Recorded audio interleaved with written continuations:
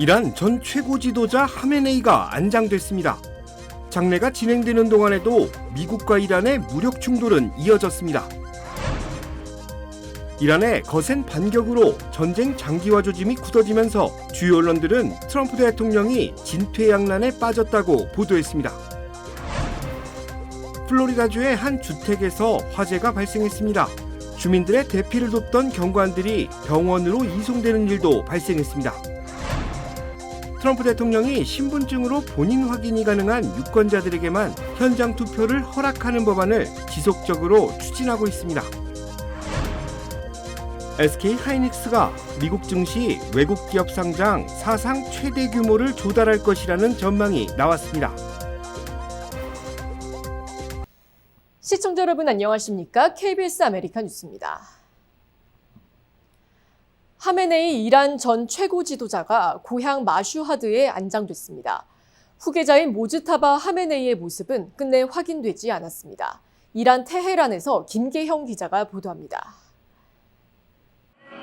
하메네이 전 최고 지도자의 관을 실은 농구 차량이 시아파 성지 마슈하드 도심을 지나갑니다. 도로를 가득 메운 추모객들은 차량을 향해 손을 뻗으며 마지막 인사를 건넵니다.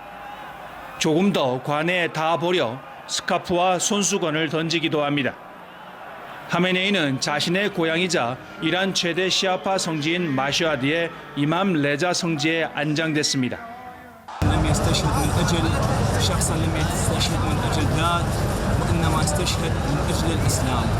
대통령과 국회의장, 혁명수비대 지휘부 등 이란 권력 핵심 인사들이 안장식에 참석했습니다. 하지만 새 최고 지도자인 차남 모즈타바 하메네이는 끝내 공개석상에 모습을 드러내지 않았습니다. 하메네이 장례 마지막 날에도 미국과 이란의 무력 충돌은 계속됐습니다. 이란 남부 부세르 외곽의 한 군사기지를 미국과 이스라엘군 발사체가 타격했다고 이란 국영통신이 현지 시각 9일 보도했습니다. 또 이란 남부 곳곳에서 연쇄 폭발음이 이어졌는데 방공망 시스템이 대응한 결과라고 설명했습니다. 하지만 미국과 이스라엘 모두 이번 공격을 부인했다는 언론 보도가 나왔습니다. 이란도 반격에 나섰습니다. 걸프 지역 미군 기지를 겨냥한 데 이어 요르단 주둔 미군 기지까지 공격 범위를 넓혔습니다. 테헤란에서 KBS 뉴스 김계영입니다.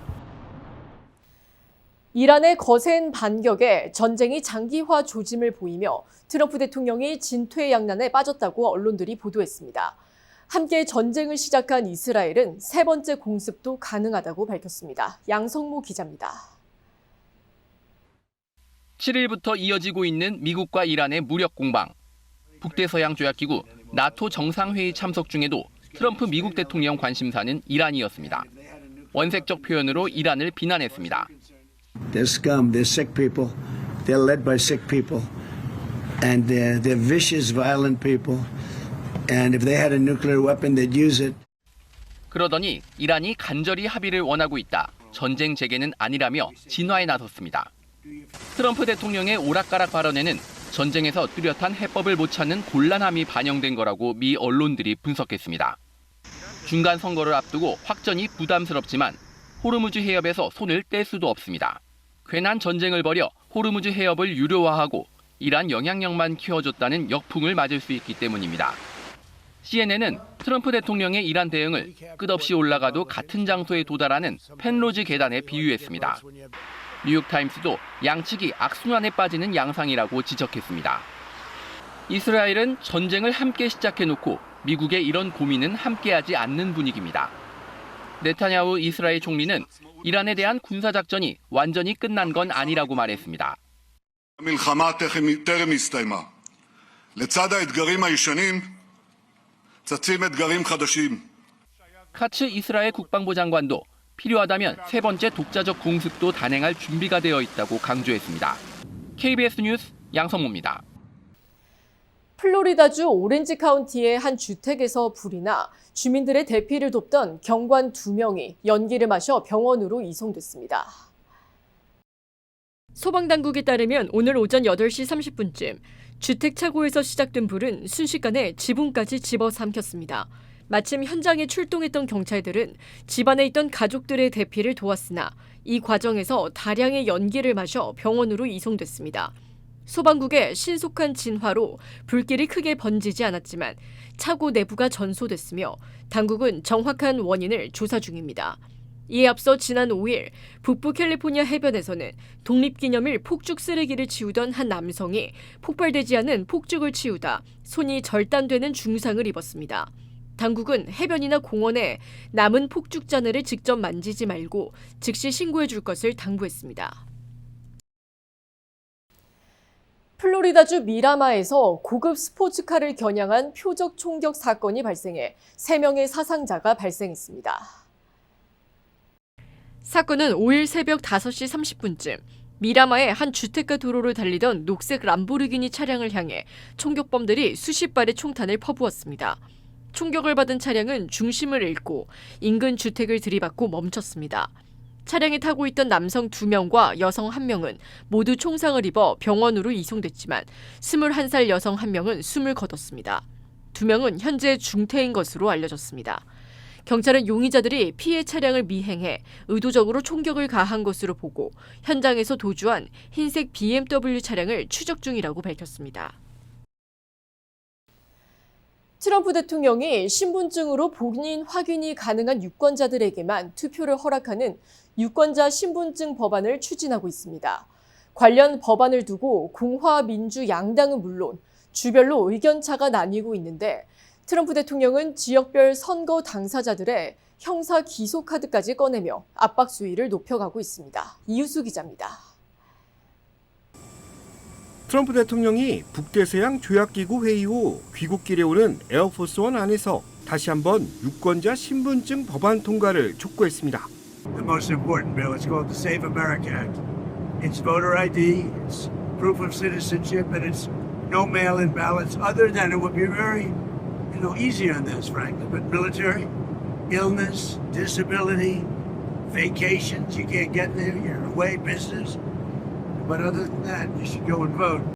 세이브 아메리카 법안, 즉 유권자 신분증 법안은 연방선거에서 확인 가능한 시민권자들에게만 유권자 등록과 투표를 허용하는 것을 목적으로 두고 있습니다.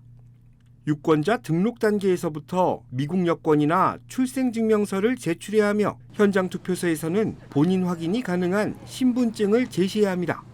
현행 유권자 등록 절차는 시민권자란에 체크하고 서명을 하는 것으로 유권자 자격을 확인하는데 미국 시민권 보유자인지 직접적인 확인까지는 불가능하다는 것이 문제로 지적된 겁니다.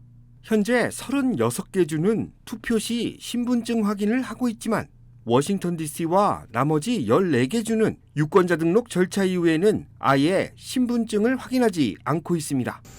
트럼프 대통령은 기존 제도를 유지할 경우 얼마든지 비시민권자들의 투표 참여 등 부정선거가 이루어질 수 있다는 입장입니다. 유권자들 역시 관련 법안에 대해서는 긍정적인 입장을 보이고 있습니다.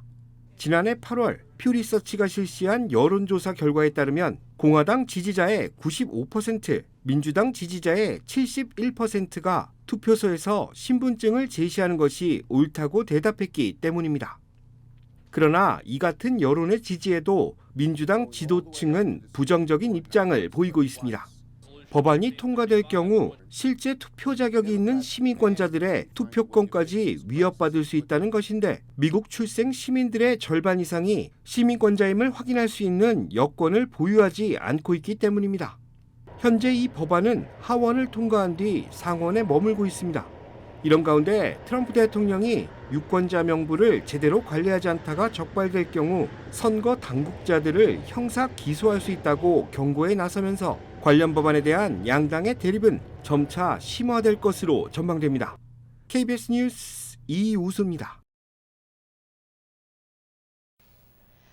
캘리포니아 차량 등록국 DMV의 황당한 전산 시스템 오류로 애꿎은 운전면허 수험생들이 피해를 고스란히 떠안게 됐습니다. DMV 측은 지난해 7월부터 올해 4월 사이 필기시험을 치른 응시자 중 11,000여 명의 결과에서 무더기 오류가 발생했다고 밝혔습니다. 이 때문에 정당하게 시험을 치르고 합격 점수를 받아 면허증까지 발급받았던 운전가는 면허 발급이 취소되거나 시험을 다시 봐야 하는 날벼락을 맞았습니다. 당국의 명백한 전산 관리 부실임에도 불구하고 DMV는 사과는커녕 대상자들에게 무조건 재시험을 치러야 한다는 통보만 반복하고 있어 응시자들은 분통을 터뜨리고 있습니다. DMV는 이 편지를 수령한 날을 기점으로 30일 안에 반드시 예약을 하고 재시험을 통과해야만 면허 취소를 면할 수 있습니다. 주민들은 시간과 비용을 들여 정당하게 합격한 사람들이 무슨 죄냐며 당국의 무책임한 행정을 강하게 비판하고 있습니다. 또한 일각에서는 피해 보상 청구 소송 움직임까지 일고 있습니다. SK하이닉스가 외국 기업의 미 증시 상장 사상 최대 규모를 조달할 것이란 전망이 나왔습니다. 김성수 기자가 보도합니다. 미국 주식 예탁 증서 ADR 상장을 앞둔 SK하이닉스가 공모가로 주당 149달러를 제시했다고 블룸버그 통신이 보도했습니다. 이 공모가가 확정될 경우 조달 규모는 약 265억 달러, 우리 돈 40조 원 규모로 추산됩니다. 이는 과거 중국 알리바바 상장 시 250억 달러를 넘어 외국 기업의 미 증시 상장 최대치입니다. 이미 공모 물량의 7배가 넘는 청약이 몰렸다는 보도도 나왔습니다. 장기 투자 펀드, 기술 전문 펀드 등의 수요가 대거 몰린 것으로 전해졌습니다. 다만 실제 상장 전까지 공모 조건은 변경될 가능성이 있습니다. 이런 가운데 글로벌 메모리 반도체 시장에서 3위인 미국의 마이크론은 하이닉스 상장을 하루 앞두고 대규모 미국 내 투자를 발표했습니다. 메모리 수요 급증에 맞춰 2035년까지 미국 내 반도체 생산 공장, 기술 투자 규모를 약 375조 원 이상으로 확대합니다. 미국 내 디램 40% 생산, 일자리 9만 개 이상 창출 목표를 위한 것이라고 마이크론 측은 설명했습니다. 하이닉스를 견제하는 동시에 트럼프 행정부의 미국 내 산업 활성화 기조에 본격적으로 발맞추는 것이란 분석이 나옵니다. There's never been a better time to invest in America. There's never been a better time to build in America. The president sets the direction. 트럼프 대통령이 미 주가 상승을 업적 중 하나로 내세우는 만큼 11월 중간 선거를 앞두고 추가 부양책이 나올 가능성이 제기되는 점도 변수로 꼽힙니다. 워싱턴에서 KBS 뉴스 김성수입니다.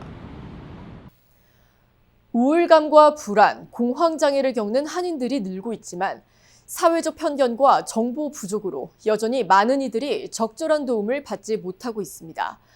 이런 가운데 LA에서 한인들의 정신건강에 대한 올바른 이해와 회복을 돕기 위한 무료 힐링 세미나가 열릴 예정입니다. 김범상 기자가 취재했습니다. 비영리 단체 유스타 파운데이션이 오는 7월 18일 오후 1시부터 4시까지 LA 남가주 새누리교회에서 2026 힐링 세미나를 개최합니다. 오 미라클, 마음을 열면 기적이 보인다라는 주제로 열리는 이번 행사는 공황장애와 ADHD 그리고 뇌 건강을 중심으로 전문가 강연과 소그룹 토론, 실시간 질의응답이 진행됩니다. 공황장애 세션은 증상에 대한 이해와 두려움의 악순환에서 벗어나는 회복과 전략 소개와 ADHD 세션에서는 조기 진단과 치료, 일상 속 관리 방법을 다루게 됩니다. 뇌건강 세션은 건강한 생활 습관과 실천 가능한 관리법이 제시될 예정입니다. 특히 이번 세미나에서는 일상에서 활용할 수 있는 공황장애 자가치료와 뇌건강관리 모바일 앱이 처음으로 소개될 예정입니다. 이번에는 좀 특별히 준비한 앱도 있고 또 그런 설명을 통해서 많은 분들이 빨리 치료받으시고 또 진단받으시고 건강해질 수 있도록 이렇게 준비했습니다. 한편 LA 카운티 정신건강국이 직접 부스를 운영해 다양한 공공 정신건강 지원 서비스를 안내합니다. 또한 모든 일정에는 실시간 영어 자막이 제공돼 한인 1세대는 물론 영어가 편한 차세대들도 부담 없이 참여할 수 있습니다. 유스타 파운데이션은 이번 행사가 정신건강에 대한 사회적 편견을 허물고 도움이 필요한 한인들이 전문적인 지원을 보다 쉽게 받게 되는 계기가 되길 기대한다고 전했습니다. KBS 뉴스 김범상입니다.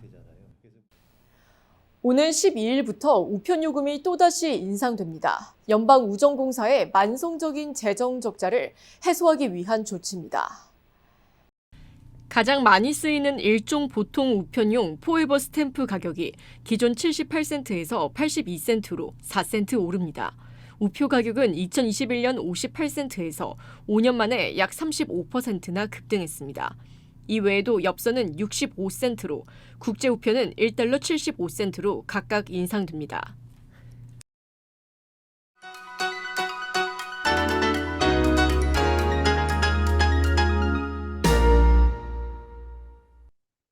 주식시장은 오늘 상승했습니다. 이틀간의 지지부진했던 흐름을 끊어내고 회복세에 돌입한 건데요.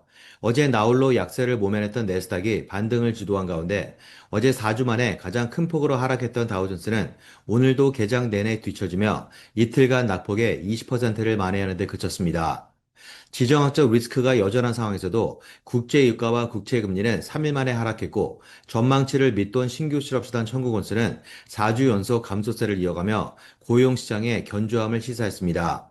여기에 어제 18.56까지 치솟았던 공포지수는 16선 밑으로 하락하며 투자 심리를 진정시켰고 반도체, 메모리 관련주들의 몰린 패닉 바잉은 내스닥과 S&P 500의 강세를 뒷받침했습니다. 다만 오늘 강세장에서도 매그니피선트 세븐은 동반 상승하지 못하고 두 종목이 하락했는데요. 그럼에도 다음 주 대형 은행주들을 시작으로 본격화되는 어닝 시즌과 CPI를 비롯한 물가지표 발표를 앞두고 기대와 불안이 교차하면서 관망세로 점차 짙어지는 조짐을 나타냈습니다. 결국 다음 주에는 변동성이 한층 더 확대될 수 있다는 경계심도 함께 커졌습니다. 지금까지 김지한이었습니다.